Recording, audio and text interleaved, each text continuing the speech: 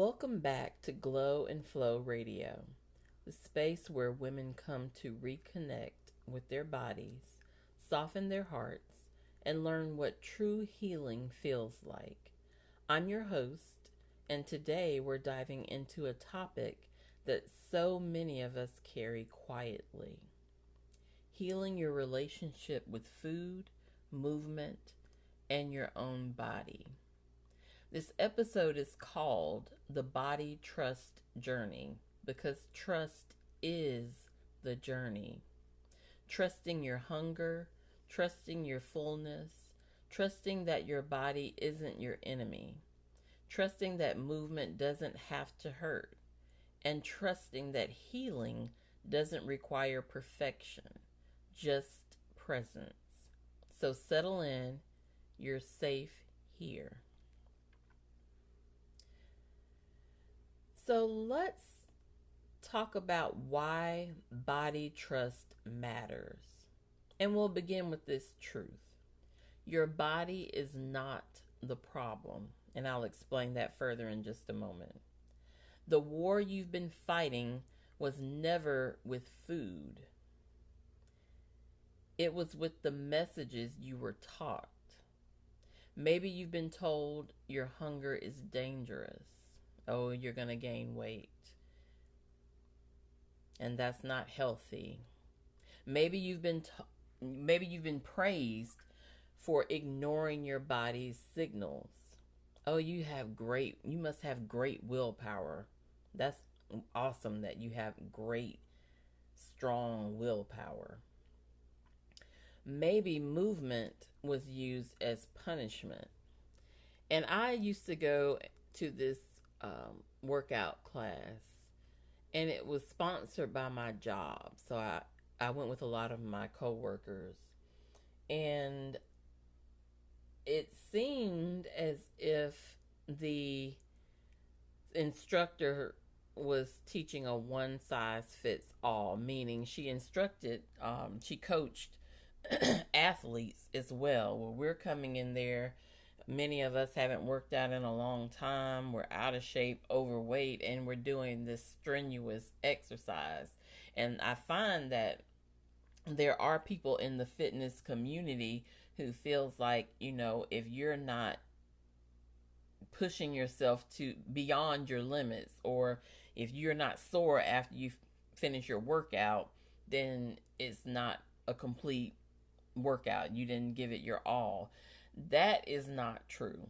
I'm not going to say that when I work out, I don't ever get sore, but soreness is not the goal, nor should it be.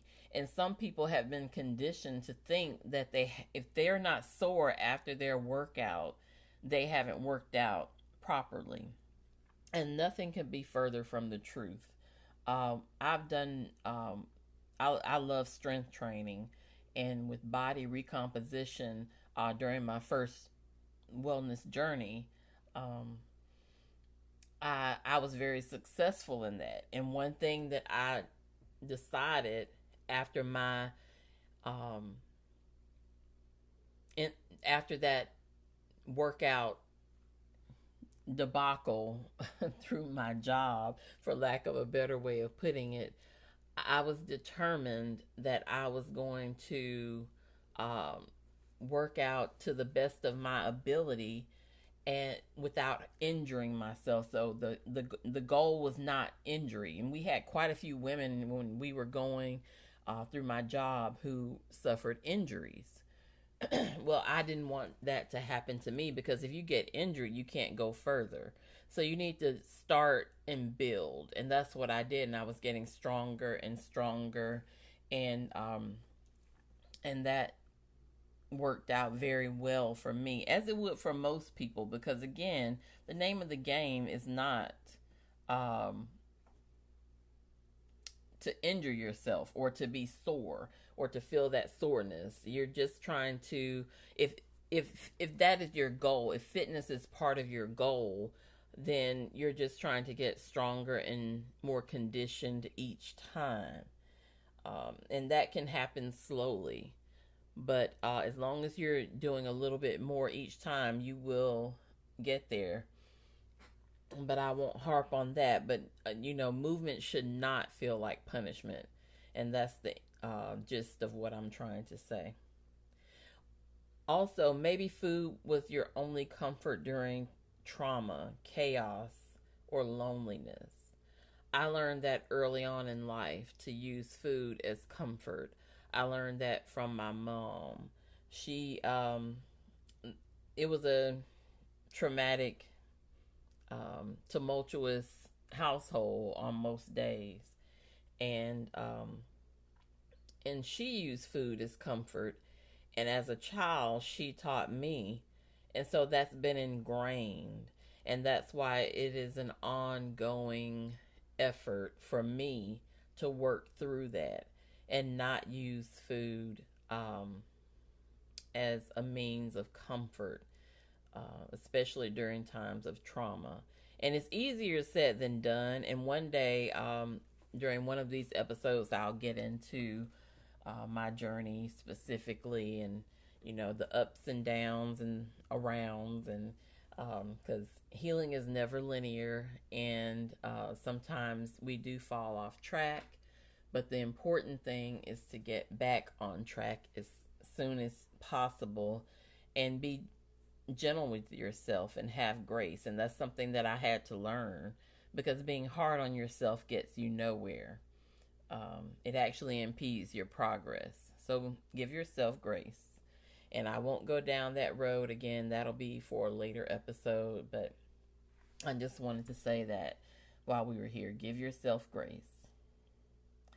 So when you receive these messages that hunger is dangerous, you get praise for ignoring your body's signals. Movement has been used as punishment, it seems, and food has been used for comfort. Um, when that happens, the relationship with your body becomes complicated. But here's the good news: body trust can be rebuilt slowly, softly, one moment at a time. So, since we've touched on trauma, let's talk about trauma, not just the big events, but trauma can be emotional neglect, growing up around criticism or body shaming. I also dealt with that growing up, and it wasn't just directed at me, but I would go and visit relatives with my mom, and one of the topics of conversation, well, nearly every time we went, was everyone would discuss everyone's weight. And it's like, well, this person gained weight, this person lost weight. It was, everything was around weight. And even as a child, the adults would comment on my weight and my cousin's weight. And I remember that, and that is something that sticks with you as a child. And they didn't mean any harm. That's just something that they did, but we know better now. So please do not body shame others, and don't body shame yourself, because it doesn't serve you anyone. Some people feel like if they tell someone that they're fat, that's going to make them change something, as if they don't already know that they're fat, or that they have a weight problem, or they're overweight. However you want to put it, trust me, that person knows.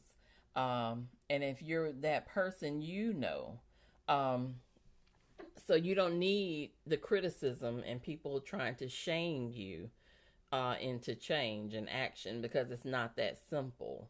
And that's why I am doing this, because it's not that simple. We need to heal the root cause, and we'll get more into that in just a little bit.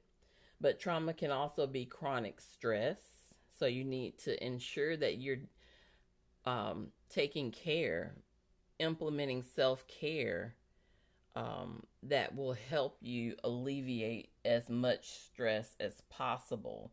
Movement can also help alleviate stress, but gentle movement, walking, yoga, there's a number of things that you can do. Lifting weights can be a gentle form as long as you're not doing more than you're able at that time.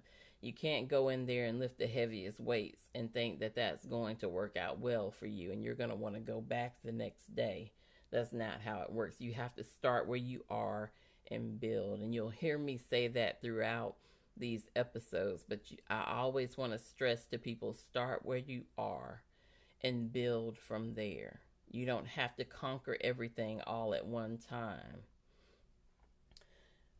Trauma can also be living in survival mode. And I think many of us feel that in this day and age, living in survival mode, just trying to get by. And sometimes when we're living in that state of mind, it's hard to focus on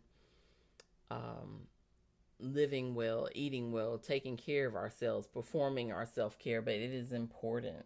It is very important for a number of reasons. Diet culture wounds. I have tried many a diet in my life, as I'm sure many of you have as well. And for the most part, yes, you lose weight on those diets, but it's not sustainable because you're not dealing with the root cause. And once I learned about emotional eating and began to deal with the root cause, that made a significant difference in my approach. And again, I'll get into my journey in another episode, so stay tuned. Food scarcity can also be trauma. For some people, their emotional eating or their overeating or whatever the case may be may come from actually food scarcity. Maybe there was a time in that person's life where food wasn't readily available. So now that food is available, it's becoming an emotional tie to it. And it could lead to overeating and things like that. So that's another form of trauma. Feeling unsafe in your own home or community. That's a big one. It kind of ties back into living in survival mode and that chronic stress. It all kind of ties and flows together. If you feel unsafe and you use food as an emotional crutch, then yeah, you can see how that can be problematic over time, because that's not what food is meant to do for our bodies. It's not meant to be an emotional comfort, but it does, and we have to realize that and learn how to deal with that so that we can be at our optimal health. Now, when we experience trauma, our nervous system goes into survival mode, and we've already spoken about, survival mode. And when the body is trying to survive, it doesn't care about mindful eating or clean plates or macros. And yes, that is true. When you're in survival mode, your body only cares about one thing, and that's safety. So emotional eating, over exercising, ignoring hunger, binge, restrict cycles, these are not failures, regardless of what you've heard from friends, family, social media, fitness gurus, or so-called fitness gurus. They're not failures. You have not failed. These are actually coping strategies you've learned when you didn't have other tools. And that's the thing, is to learn other methods, coping mechanisms of dealing with stress, trauma, food scarcity, survival wounds, all those traumatic things that happen in life. We need to learn other tools to use to cope. Now, before I go on, say this with me. There is nothing wrong with me. My body was trying to protect me. And that's what our body does. And it's amazing. And your body will tell you in a way what it needs. And I say in a way because we may be craving one thing but actually needing another. And that's where you learn how what your emotions are actually telling you, what your body is actually craving. And that gets a little deeper, but before we get into anything of that nature discussing that, let's talk about the myth of willpower. Um, and we're going to break this myth wide open. Willpower is not what keeps people from emotional eating. If willpower was the answer, every diet would work. And we know they don't. You don't struggle because you're weak.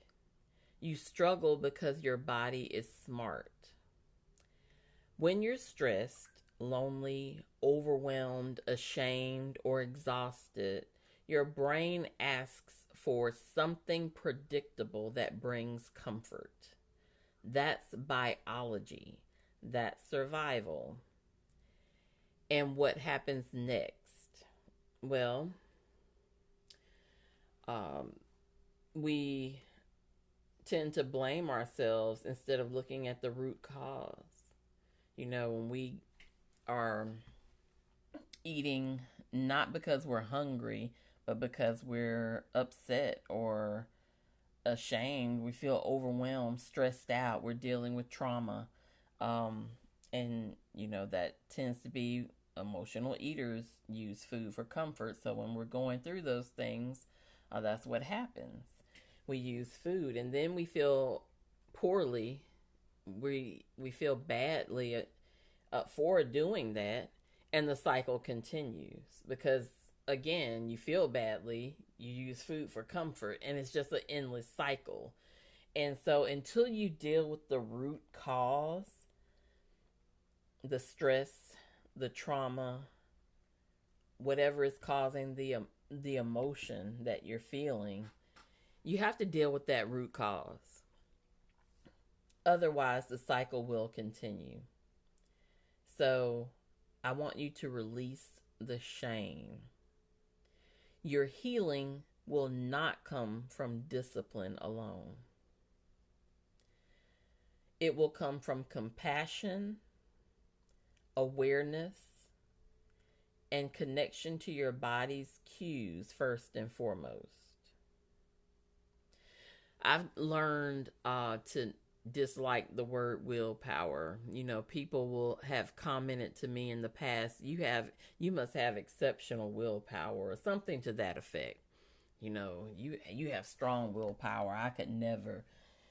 But it's like it's not willpower. I mean, it's partly discipline, but it's other things involved too. Again, it comes from compassion, giving yourself grace, learning what emotional eating is and how to deal with it, and recognizing it. And that's that awareness piece. You need to be aware of what it is that you're dealing with, and not be ashamed of it, because a lot of people deal with this same issue. We just don't discuss it as often as we should. People will tell you calories in, calories out. You need to go do this, that, and the third at the gym. And you're not wanting to get into your personal business, but you know that there's something inside of you that's driving your emotional eating, or in some cases, overeating. So let's get practical. Understanding the difference between physical hunger and emotional hunger is one of the most powerful steps on the body trust journey. Again, it's about awareness. Here's how you can tell the two apart. Physical hunger, it comes on gradually. You can eat a variety of foods.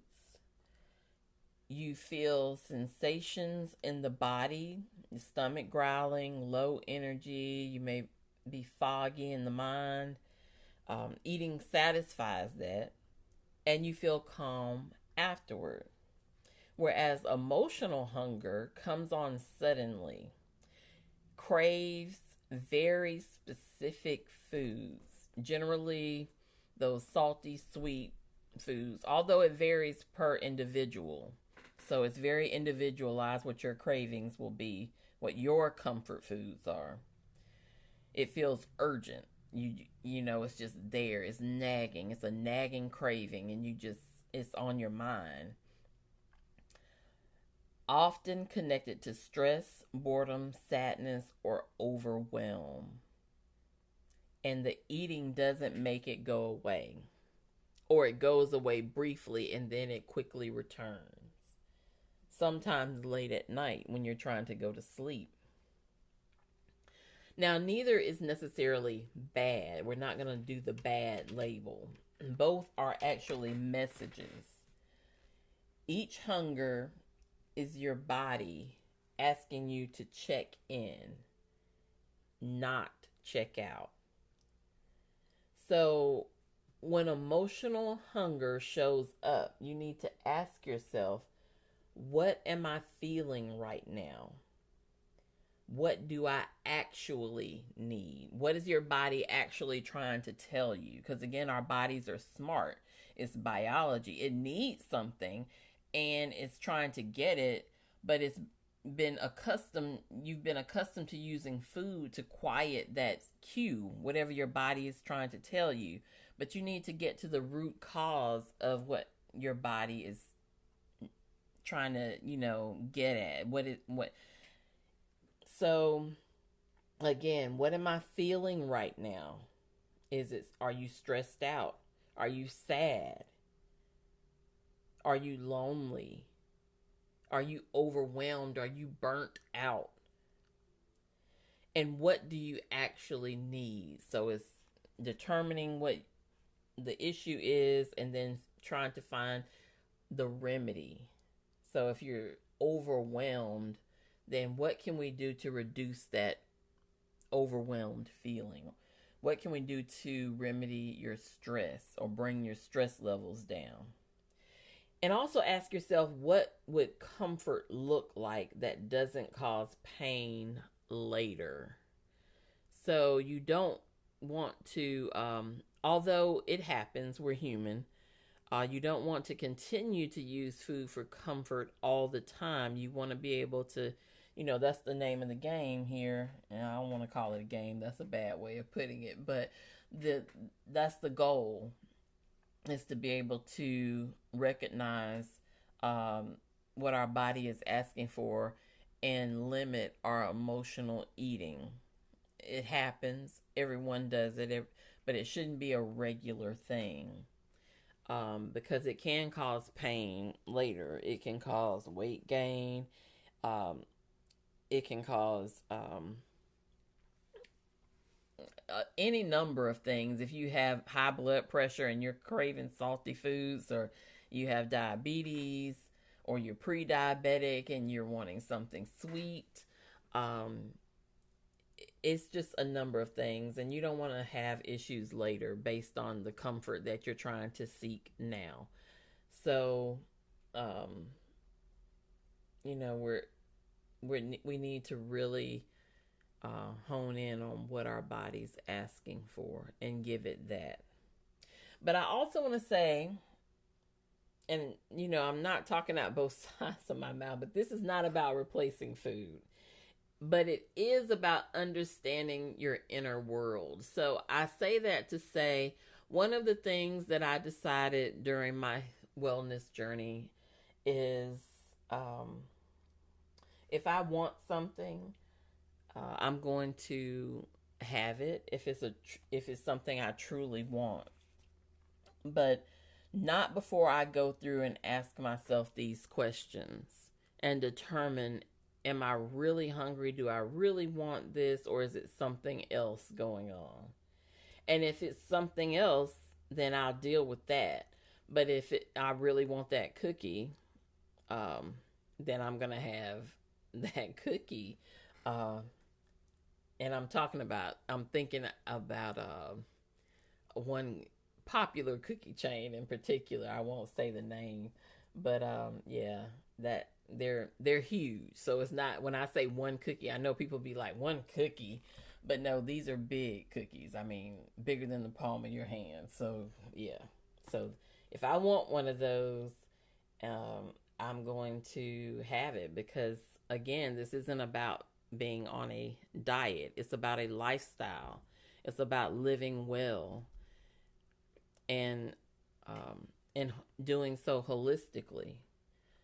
And so, um, again, no food is a bad food. We just have some foods that we need to eat in moderation, because, um, and other foods that we need to eat more of because of health and the nutrition that it provides for our bodies. So now let's talk about intuitive eating, since we've gone down the lane of eating foods and food replacements and all of that. So intuitive eating isn't a diet. It's not another set of rules. It's a return to your body's natural wisdom. And I know some people hear intuitive eating and they'll kind of roll their eyes, and it's like, some people like, well, intuitively you're going to continue to eat past um, your hunger cues. But that's what in learning how to eat intuitively is all about. Learning to listen to your body and determine if you're hungry, if you're still hungry, or if it's you need to stop. And so the key principles of intuitive eating is honor your hunger. Don't wait until you're starving. And for some, that's how binging starts. So if you're hungry, you need to honor that and nourish your body.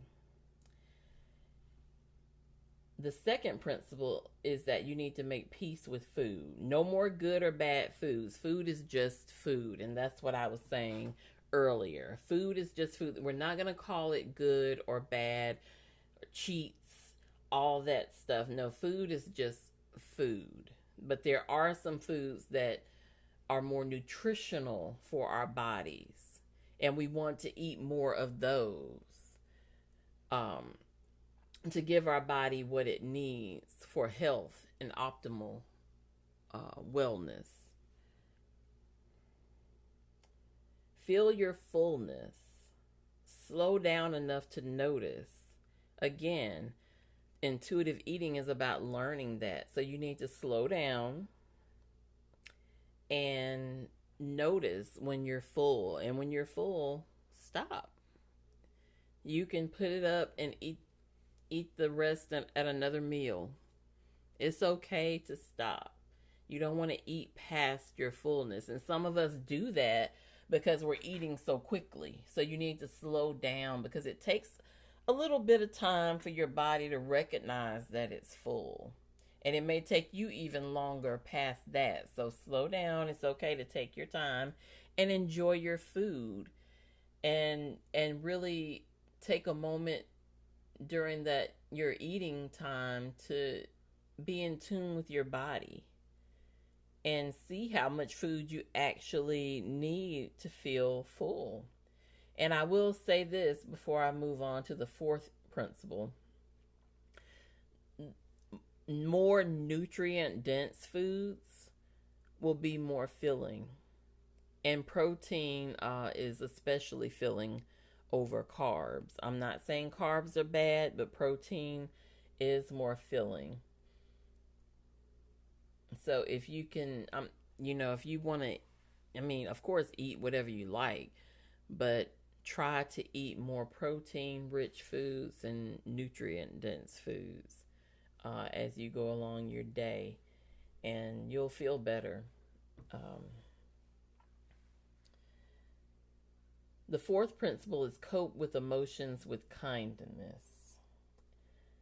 Food can comfort, but it doesn't need to carry everything. So again, we're human. We're going to um, eat comfort foods, or eat the ice cream or the cookies, the cake, whatever it is that is your comfort, the pasta.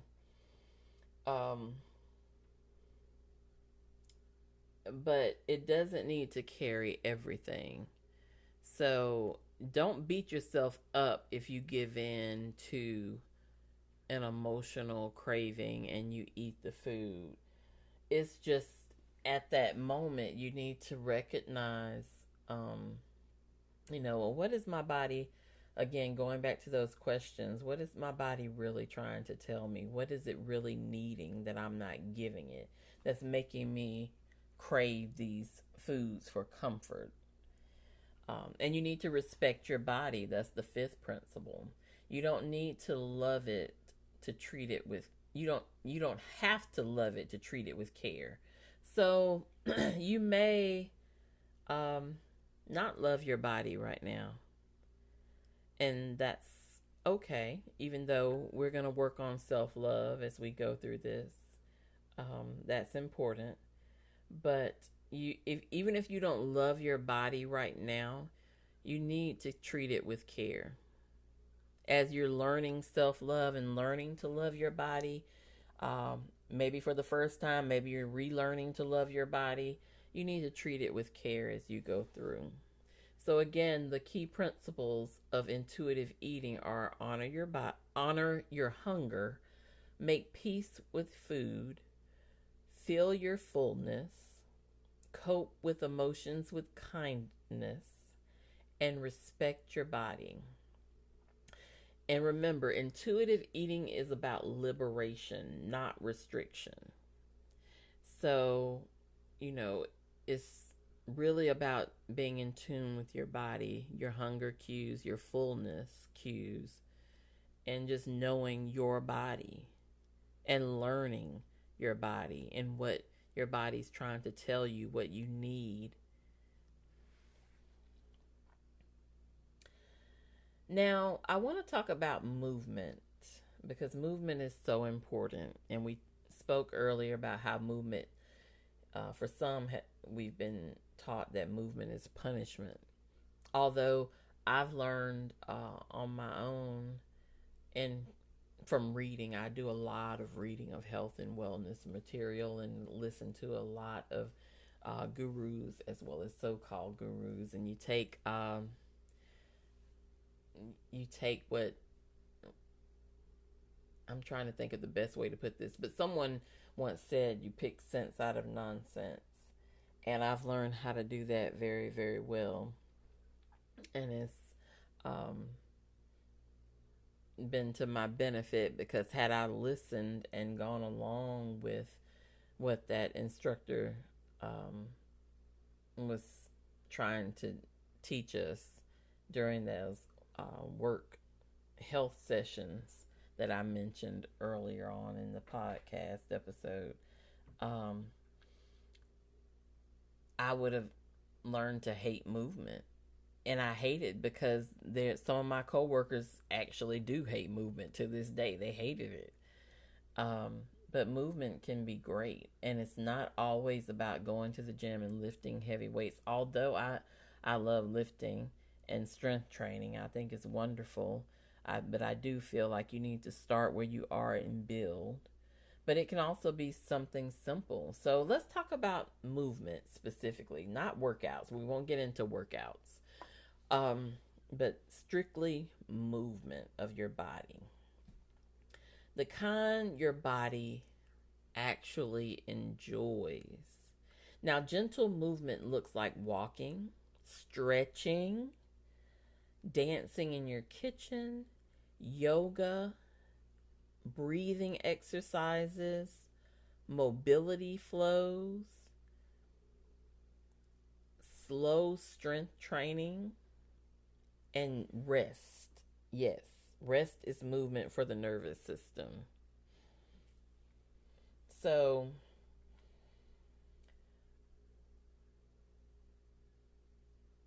again, we're not talking about working out, but we're talking about movement. Go outside and walk in nature. It is so calming and peaceful. I live on the Gulf Coast, and I love to go walk near the water or go to a nice park, or you can even walk around your living room. There's some great workouts online that incorporate walking, and you can do it right in your living room. And they're not very long. They're various lengths. If you have 5-10 minutes, there's a workout out there for you.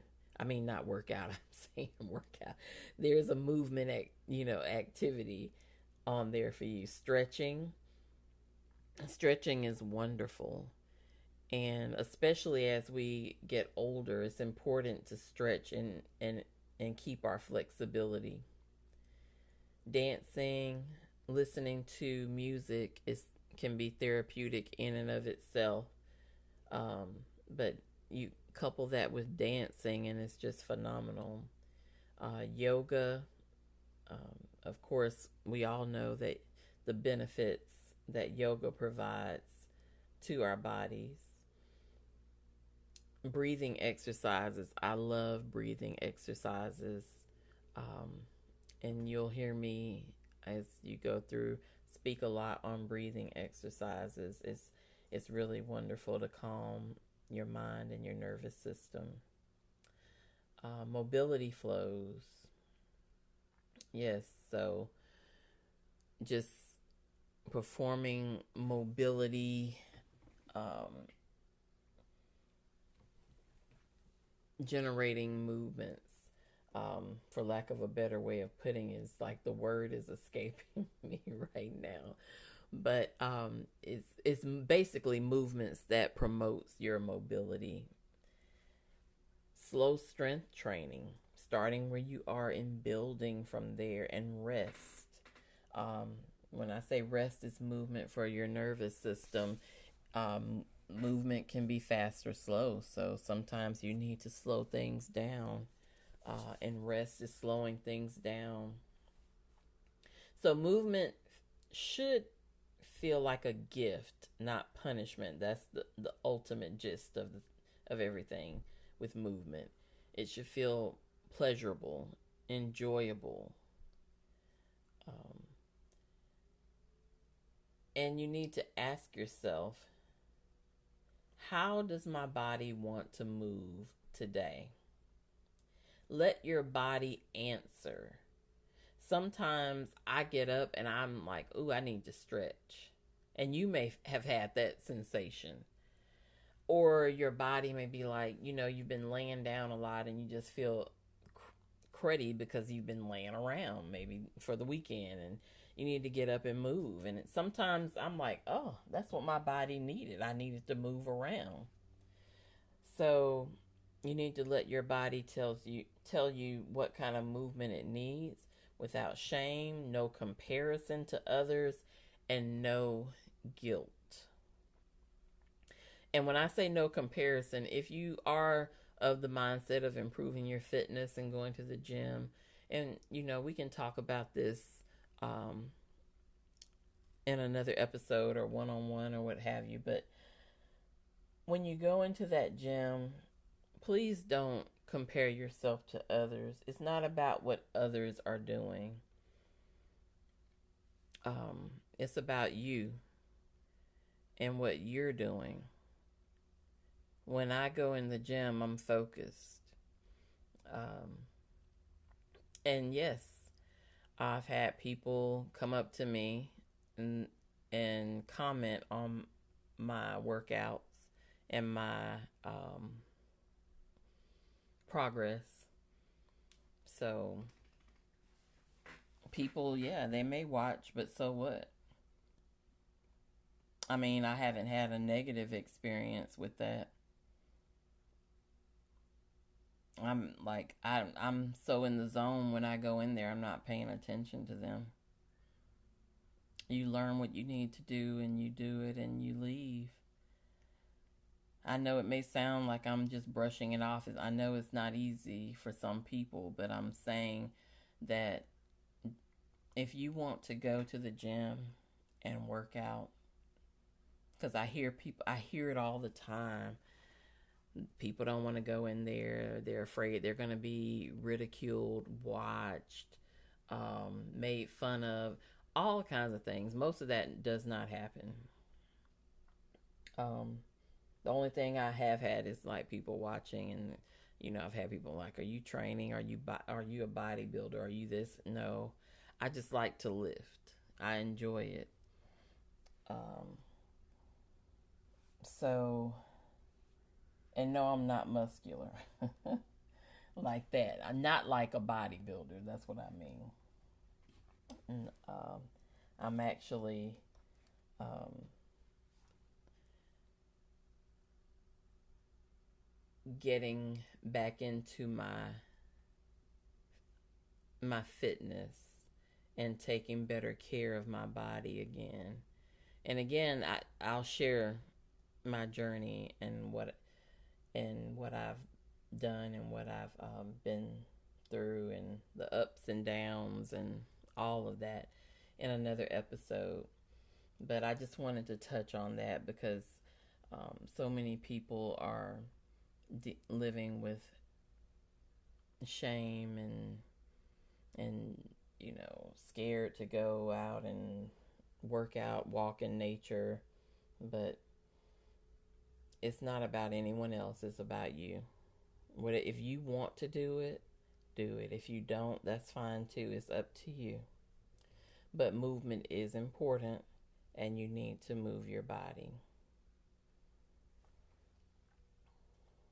No shame, no comparison, and no guilt. Listen to your body and move your body. Now, building body trust. That's what this episode has been about. And so, step by step, we're going to get into a step by step method of building body trust. So, healing your relationship with food and movement is a journey, not a timeline. So remember that. If you place a time on it, you're placing it on yourself. There's not a timeline. I know some people will disagree. They'll be like, maybe a family reunion, wedding, class reunion, things like. We're not talking about anything like that. We're talking about health and wellness and healing your relationship with food, becoming aware, learning your body cues, and learning what movement your body needs. So here are small steps you can take this week. Eat one meal slowly without judgment. Just take your time. We're not talking about replacing any foods, changing anything. Just when you eat your meal, eat it slowly.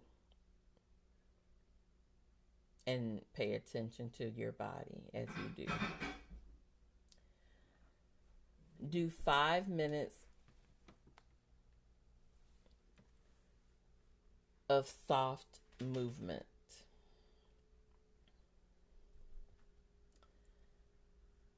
Check in with your body 3 times a day. Practice one moment of compassion toward yourself. You probably heard my cat in the background making noise, so that has thrown me off a little bit. But that was practice one moment of comparison toward yourself. Write down what emotional hunger feels like for you. Release one diet rule you've been carrying. So again, quickly through those. Eat one meal slowly. Do 5 minutes of soft movement. Morning time is great as part of your morning ritual. Check in with your body 3 times a day. So you need to do a body scan 3 times a day. And there is a tool available to help with body scans that I have available. I'll put it in the show notes. Practice 1 moment of compassion towards yourself. Compassion is important. Give yourself grace. Beating yourself up has not improved anything. So try something different. Give yourself grace. Talk to yourself with kindness. Be positive. Practice gratitude. Write down what emotional hunger feels like for you. That's important. That's part of that awareness piece. And release 1 diet rule you've been carrying. Tiny steps, tiny shifts, tiny moments of awareness. That's how trust grows. Your body is not broken. Your hunger is not a flaw. Your desire for comfort is not shameful. And you are not failing. You are healing. The body trust journey is a returning, a remembering, a softening. And you deserve every bit of peace that comes with it. If today's episode spoke to you, share it with a friend who needs a little softness, a little understanding, and a reminder that healing is possible. Until next time, glow through what you're feeling and flow with compassion for yourself. Thanks for listening.